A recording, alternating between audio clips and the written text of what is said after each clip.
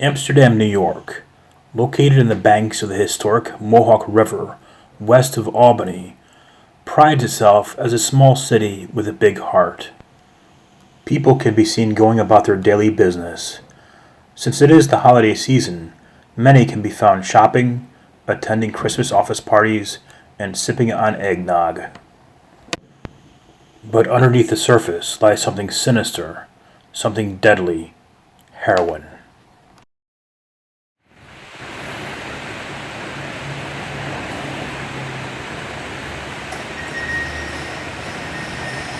The Greater Amsterdam Volunteer Ambulance Corps receives on average 1 to 4 calls a day for heroin overdoses.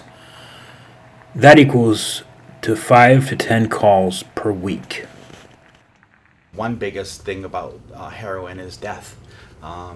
We have a lot of cases where people who have heroin, but also can get Narcan to counteract the heroin overdose, always think that maybe, by the time they get the heroin in them, they can counteract the heroin with the Narcan, and then find out that they're overdosed too much and potentially die. The stuff that we're seeing nowadays with heroin, it's mixed with lots of different things, stuff that's way more potent than heroin itself, like a substance called carfentanil. That's one of the biggest dangers that we're seeing nowadays, is that the normal dosage for heroin and the normal dosage for Narcan that we were supposed to give doesn't even touch what they're using out there, because of the mixture that they're getting.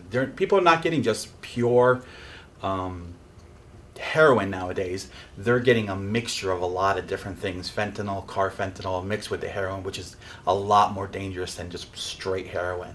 One dose of heroin could kill an elephant. Carfentanil, one dose of carfentanil could kill 40 elephants. And the way that we can fix them or counteract the heroin overdose is by a drug called Narcan, a generic name naloxone. This drug here is a opioid antagonist, which means it fights for the receptors in the body for opioids, and knocks off the heroin on those receptors and recovers them and brings them out of the unconscious or not breathing state that they're in.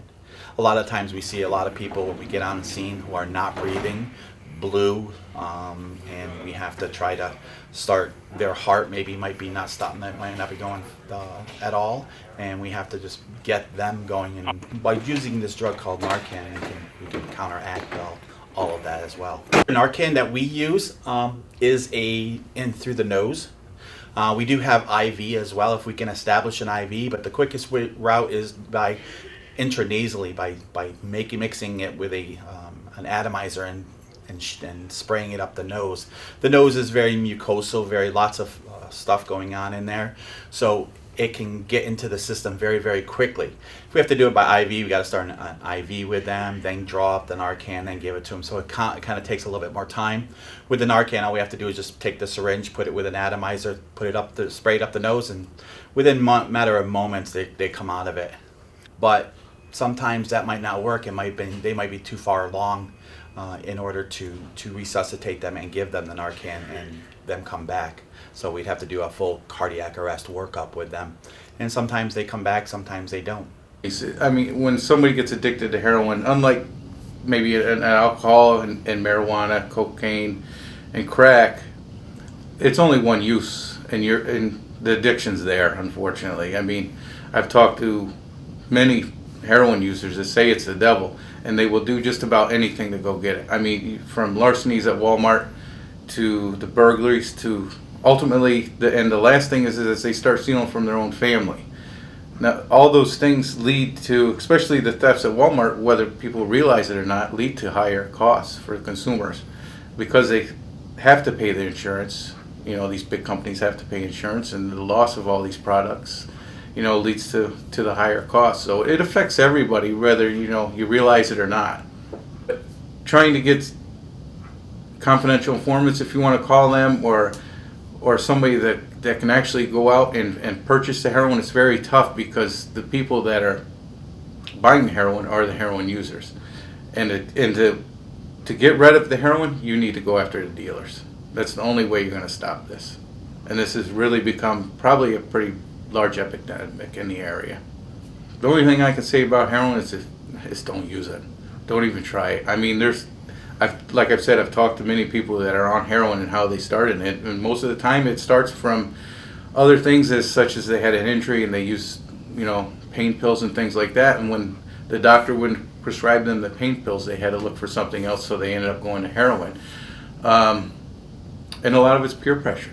They see somebody else doing it and they say, just try it, and the next thing you know, they're hooked and their life is turned upside down, unfortunately. We're probably seeing more from New York City than we are from any other city around us, but we see it from cities to the east of us, immediate east, and maybe some from the west, but not too often. But we think the beginning of it is usually out of New York City. The challenges of it are usually budgetary. For a small city with limited budgets, to conduct these effective and successful investigations takes a lot of man time, resources, and money. The fatalities are a lot of times associated with another compound they're mixing the heroin with, which is fentanyl. And of course that challenge comes back onto us that it doesn't take much to incapacitate somebody with fentanyl. So the officers now have to take more precautions than normal when securing evidence, and almost to the point where it's a hazmat incident. So draining more resources on the communities. The Montgomery County District Attorney's Office is responsible for prosecuting cases involving heroin. Heroin users are sent to drug court to be rehabilitated and treated for their addictions under close supervision. These are people that got caught using. They need to be trained and educated in the harm of using heroin, particularly now when it's been cut with fentanyl, which is fatal in most cases. And those people, those defendants, I try to channel with the help of their attorneys and with Judge Katina into drug court. Those are people that need some treatment and hopefully will get back on their feet and toe the line and become productive citizens. Drug dealers, I would never ever offer drug court to a drug dealer. Drug dealers are in it for one thing, the money. And most of what we see are lower level drug dealers.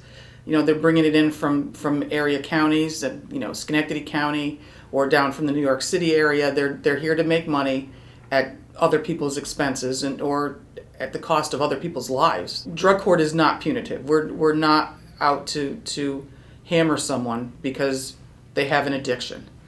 If they've gone through drug court before, or they fail out of drug court, bomb out of drug court, fail to adhere to the rules and regulations, then their sentence, they may look at it as being punitive at that point. You've had your bite at the apple, sometimes several bites at the apple, and now you're going to go to prison for 1 to 3 years. Now you're going to go to prison for 4 years. We're such a small county in the big scheme of the 62 counties I think we have in New York State that you don't think that would be in our neighborhood. We're a rural county, and we may be a rural county, but people are reaching out and reaching into this county, and heroin is just increasing leaps and bounds. Catholic Charities of Fulton and Montgomery counties has an opioid prevention program that raises awareness among the public of heroin use and other associated addictions. It is the hope of the program to reach out to local youth and educate them in making healthy decisions. We recently received a 2-year grant to go and do opioid prevention education with middle school and high school at-risk, unserved, and underserved youth in Montgomery, Fulton, Schoharie, Herkimer, Oneida, and Otsego counties.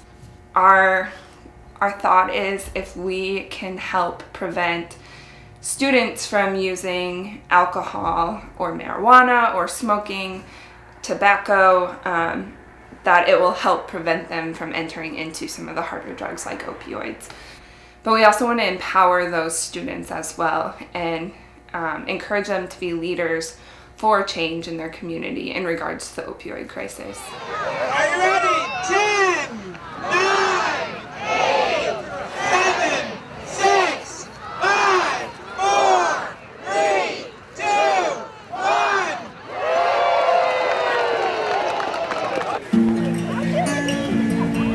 1. When you suspect someone may be using heroin or abusing prescription painkillers, it is important to take action. Simply by having a conversation about opioids and asking for help may be all there is to prevent another life lost to the addiction.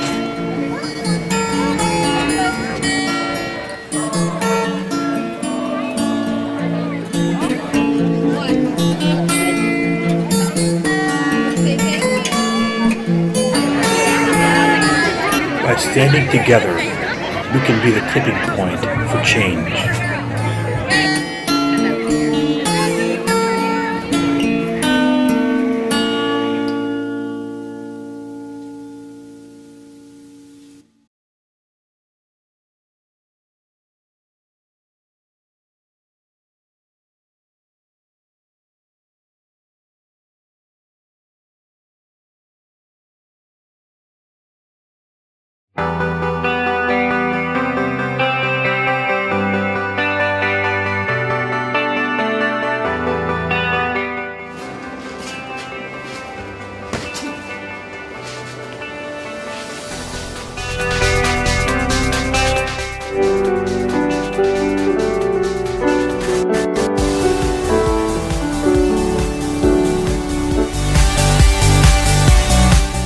Y los de arriba hacia abajo. Hagan como yo. Y del otro lado. Known by residents and tourists alike for its natural wonders and beauty.